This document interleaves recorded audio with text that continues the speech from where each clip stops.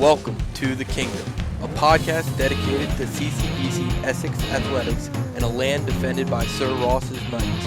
Now here's your host, Rocco Geppi. Hello Knights Nation, Rocco Geppi here for The Kingdom podcast, and I hope you are well and staying safe.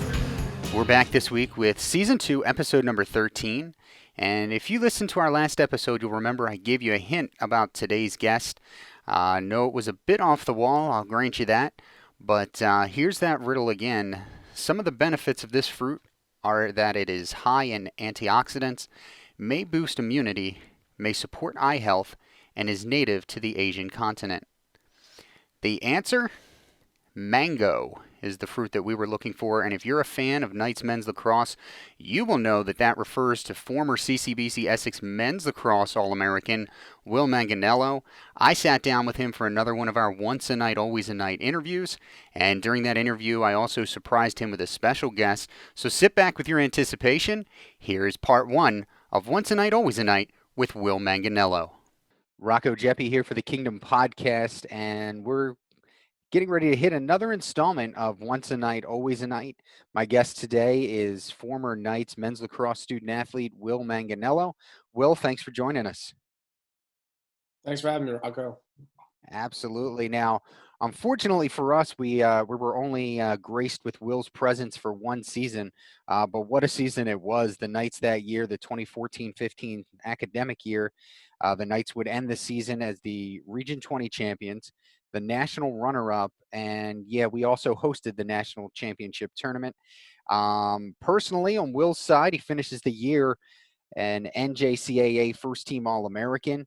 He was second in the region, first in the conference, and fourth in the NJCAA, having scored 47 goals, and he added 16 assists to that number. So, Will, what are you up to these days? What's going on with Will Manganiello? Yeah, so when I went to Drexel after Essex, graduated there this spring, played lacrosse there for 3 years. No lacrosse anymore, playing-wise, but I'm working for a tech startup in the insurance industry. Oh, that sounds interesting. Yes, very. Well, good luck with that. I hope it all works out for you. Let's get into the Kingdom here. Let's tell us, I guess take us from the beginning. What we know the story. You came to Essex for a year and then transferred and attended Drexel for 3. So knowing that you were going to do the 1 year at JUCO, why did you choose CCBC Essex?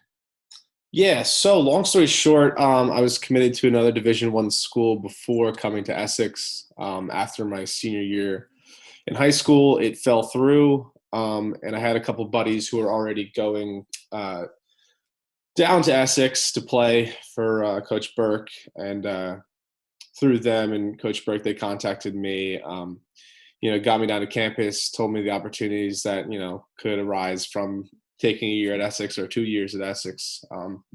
Went down, visited campus, kind of thought it was the best, opportunity for me, and, it ended up all working out. Excellent. And you did mention Coach Burke. Of course, he's back after 4 years.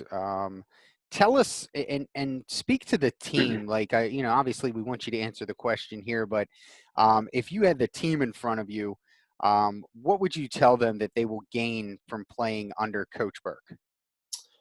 Yeah, I would say, it's cliche, but, work as hard as you can because, Coach Burke sees that, and he sees, working as hard as you can, in the off seasons or, not on the game field. And, it really, the efforts, pay off greatly, on the field and then after, because, he really just wants to see everyone succeed and, move on to that next stage in lacrosse. Absolutely. So you guys, you kind of breeze through the regular season. You go 12-2. The only losses were to number 1 Onondaga and number 2 Nassau. You win the region. You blow out Brookdale in the quarterfinal round of the national tournament, 31-6, and that's how you guys reach the national Final Four. Which, at that point, it's there's a little bit of weight off your shoulders because we're hosting the tournament, and obviously, when you're a team that's hosting the tournament, you want to be there. What was the mentality of the team up to the Final Four? Like, take us through the mentality of the season, regional tournament. what was the mindset of this team? What made you guys click? Yeah, by the end of the season, I feel like we could just, we knew we could beat anyone. Those two losses against Onondaga and Nassau were obviously in the back of our head, and we knew, they were coming for us in the national championship. We knew we'd see them again, and I think that's all we thought of. For whatever team it was, regardless, we wanted to get back to Nassau, we wanted to get back to Onondaga, and show them what we really had because we were playing on our field, and the games during the regular season were away at Nassau, and then away from Onondaga, so we really just thought, having the home field advantage and having the momentum on our sides would really be a big factor. Was that I had talked to some of your teammates in the past about this. Did you guys hit another gear when you found out that we were hosting the tournament? Like, was that not a turning point, but was that something to kind of make you guys, work a little harder because you knew you wanted to be there? Yeah, I think to that sense, totally. I think having it at our home field advantage, just maybe the more comfortability of playing a field you're comfortable with. But definitely, you want to show out on your own field. You don't want anyone else to show you up at your home stage, which is a huge factor. Absolutely. We're talking with Will Manganiello, member of the 2015 National Runner-Up team. And Will, we have a special guest here joining the podcast now.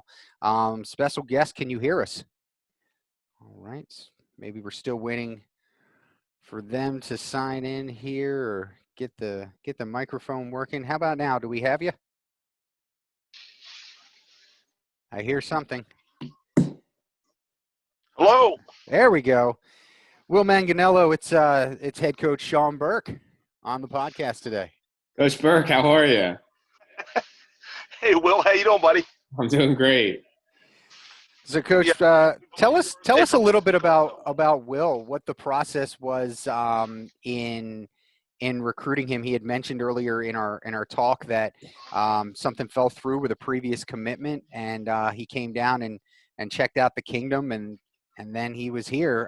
But from a coach's standpoint, take us through that, maturization of getting Will Manganiello on board. Yeah, sure. So Will was actually committed to a Division I school, and that kind of, fell through at the last minute through no fault of Will's. And so, we obviously, we felt like we could help get him back to that level because Will was definitely a Division I guy. We knew that, during the recruiting process. So we had him down and kind of, helped him understand that, we could get him back to, the level that he should be playing at and attending school. And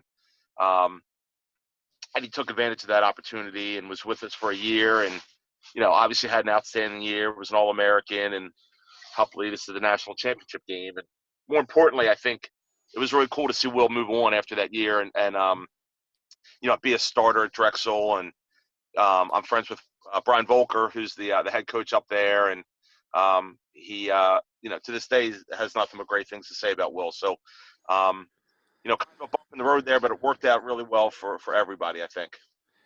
Will, it's very interesting as I'm joined with here right now with former men's lacrosse student athlete Will Manganiello, and we have head coach Shawn Burke on the line. It's interesting because to people on the outside, when they talk or hear about JUCO sports, they think, 1 or 2 years, like how much of an impact does that really have? How much do they really help? But the truth of the matter, as we've already spoken a little bit, you really got a lot out of your time here at Essex, and it sounds like it helped prepare you for moving forward. Yeah, definitely. It's all about having your eyes on the prize, that next level, even if that's the level you stay at. But, if you're, determined to work as hard as you can to get to that next level, it's a good transition period or it's a good, getting ready for that, next step. What's one thing, Will, that you remember? Give us because this might be the only time you get this opportunity to do it in a broadcast. But give us a Burkeism. Give us something that you remember from practices or games or something like that is just quintessential Shawn Burke that you can talk about. One thing, yeah, blowing the whistle again for 115s. That's definitely a Burkeism. Running around the field a lot. I definitely remember that. But no, I mean, just, off that point, he really pushed us as hard as he could just to be better. And I remember that because, we were pushed that hard to, just, work in the off season. It really paid off in the end. And Coach, I guess same question, just turn it around a little bit. What's one thing that you remember that was quintessential Will Manganiello? Well, it's funny. Will was a great player all year and played great for us. I remember and there's a great picture on Inside Lacrosse from a behind the back goal that Will scored in the national semifinals against Nassau. And it was a big goal, and we had lost to them earlier in the year, and I think it kind of gave everybody, on our sideline confidence and ended up, going on to win that game. And one thing, an interesting story, if I can pass along, we're actually dealing with recruiting for our guys now, our outgoing recruiting. And I was talking to Coach Volker up at Drexel about one of our middies. And, ironically, Coach said that the player that they're recruiting from us reminded him of Will Manganiello, and he meant that as a compliment. And I think that's kind of the impact that you're talking about. Long after these guys are gone, they really, they give a credibility to our program, and they really help the next group of guys by doing as well as they did. And they kind of blazed the trail for those guys. So Will did that, and I'm sure the guys currently are know Will and know his name and are really appreciative of that. That's awesome. I appreciate it. Will Manganiello, former student athlete on the men's lacrosse team, head coach Shawn Burke. Shawn, we appreciate. We're gonna have to hit up against a break here, and when we get on the other side, we'll have the rest of our interview with Will Manganiello. But Shawn, we really appreciate you stopping by and just dropping some memories and information here on today's episode. My pleasure, Will. Great talking to you, and please say hi to the family and all for me as well. I will. Thank you. It's great talking to you too, Coach. All right. There he is. Head men's lacrosse coach Shawn Burke. We're going to hit a break, and on the other side, we'll have the next part of our interview here with Will Manganiello. You're listening to the Kingdom Podcast, a podcast dedicated to CCBC Essex Athletics. Let's talk about college. Times have changed. We've changed. I refuse to accept an education that comes with a mountain of crippling debt. No longer will I stay stuck in a job because college has no time for me. I will not confuse a fancy name for a quality education. Sorry, Pops. Let's talk practical. Let's talk flexible. Let's talk smart education. Rethink what's possible with CCBC. Visit us online at ccbcmd.edu and see what you can be.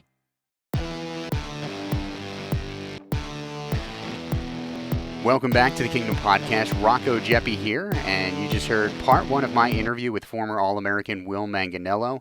Huge thank you to head coach Shawn Burke for taking time out of his busy schedule to stop by and catch up. Now let's get you back to the podcast, the second and final part of my interview with Will Manganiello. We are back on the Kingdom Podcast, and we are in our next installment of Once a Night, Only a Night. Rocco Geppi, and I am joined today by Will Manganiello. He was here in the Kingdom 2014-2015 school year. And for those of you just joining the program, Will finished the season as a first-team All-American NJCAA, and he led the team, was second in the region, first in the conference, and fourth in the nation with 47 goals. We kind of touched on it a little bit earlier, Will, but the semifinal game versus Nassau was just an epic contest. We had lost to them about a month prior, 15-8.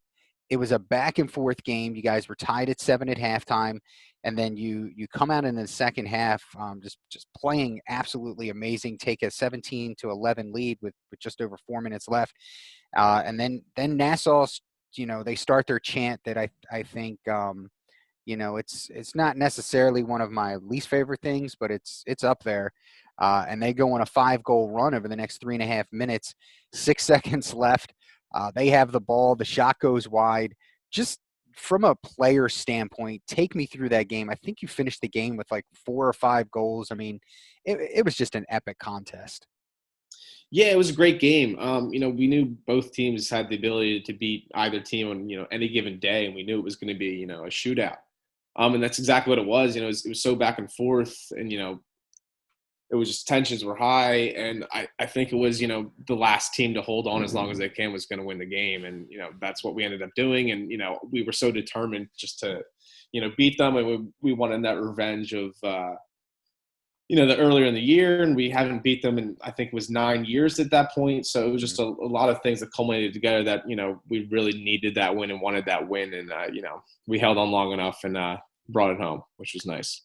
Yeah, I spoke to Tyler Oblong a little while ago, and I told him that was probably the most nerve-wracking experience of my time at Essex, was watching the end of that game.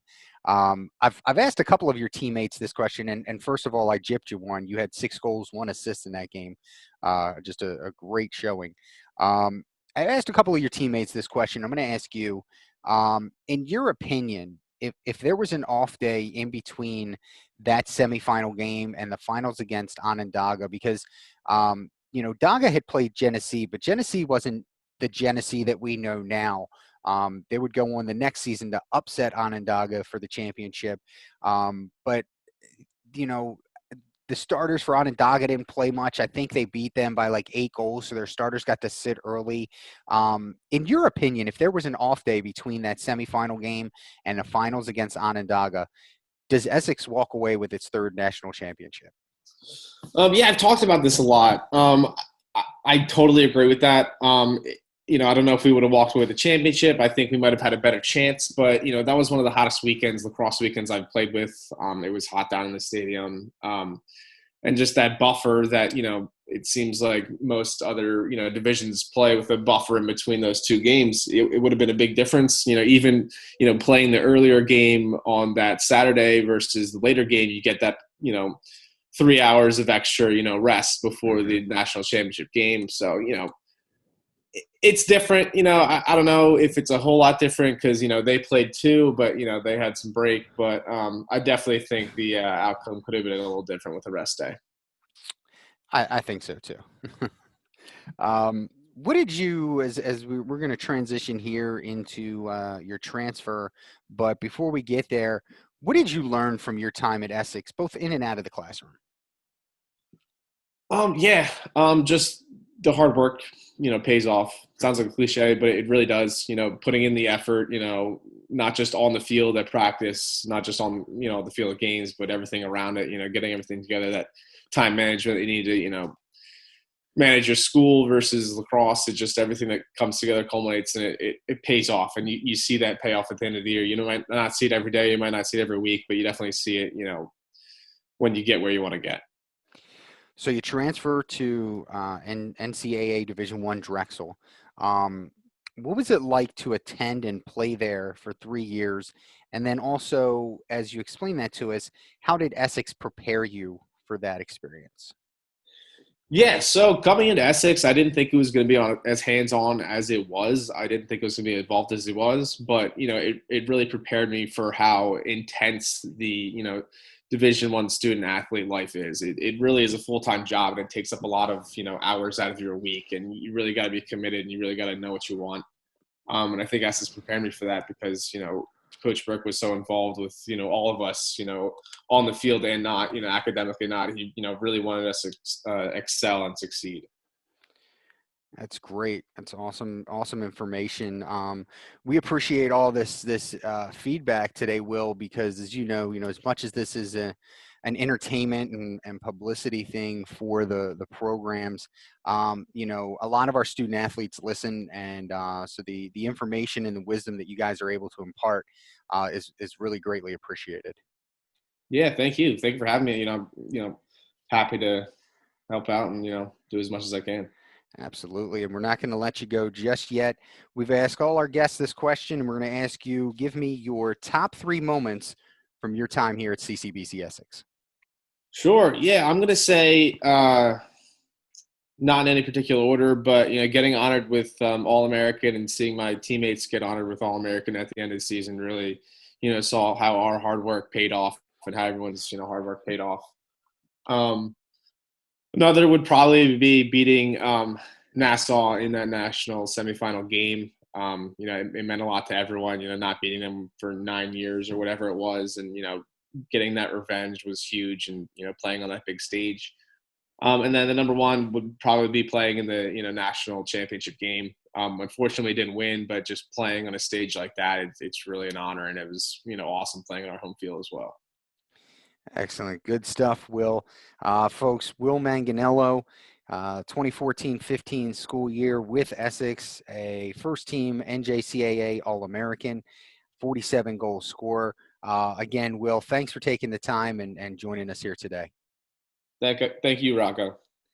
There you have it, folks. We're going to take a quick break, and then we'll be back to wrap up this edition of the Kingdom Podcast, a podcast dedicated to CCBC Essex Athletics. Let's talk about college. Times have changed, and I say no to an education at the cost of crippling debt, because paying off student loans for the next 30 years is not in my financial plans. Rethink what's possible with CCBC. Visit us online and see what you can be. Times have changed, and I will not stay stuck in a job because college has no time for me. I will not let a limited schedule limit me. Rethink what's possible with CCBC. Visit us online and see what you can be.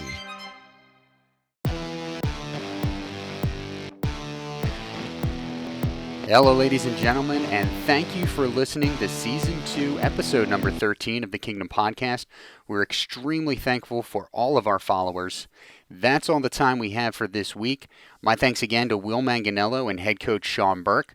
Make sure you follow us on social media. On Twitter and Instagram, we're at CCBC Essex Sports. And you can also find us on Facebook and YouTube, which is pretty important, as that's where you're going to find all of these podcast episodes. Just keyword search CCBC Essex Athletics. And make sure you stop by ccbcsexnights.com for all of our social media links and everything I just described here. Check out the description of this episode. We will have links to all of them there. I'm Rocco Geppi, and I hope you'll join us again next week. Until then, so long and stay safe.